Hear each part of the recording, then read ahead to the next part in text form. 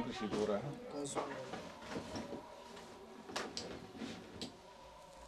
så man sett år och per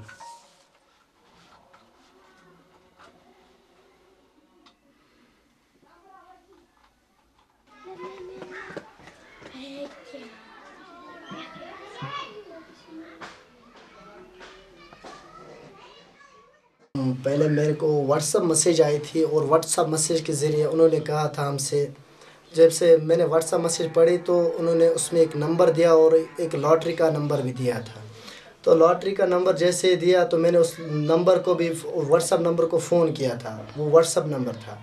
तो WhatsApp number उन्होंने कहा, फिर बाद में उन्होंने वहीं से फ़ोन किया। तो फिर मैंने पुलिस से भी कोई कांटेक्ट करने की कोशिश की। उन्होंने कहा मैंने कौन से कहा मैं किसी को बता दूँगा मेरे लॉटरी लगा। उन्होंने कहा ना आप किसी को ना बताइए आपकी लॉटरी लगी है, क्योंकि आप किसी को बता देंगे तो वो आपका लॉटरी खाएगा। मैं उस वक्त लालच में आ गया था, शायद ये लालच ही थी, लेकिन मैंने कहा शायद मेरा अच्छा नसीब होगा, मेरी लॉटरी लग गई है, ज़िंदगी में पहली बार सुना है लॉटरी।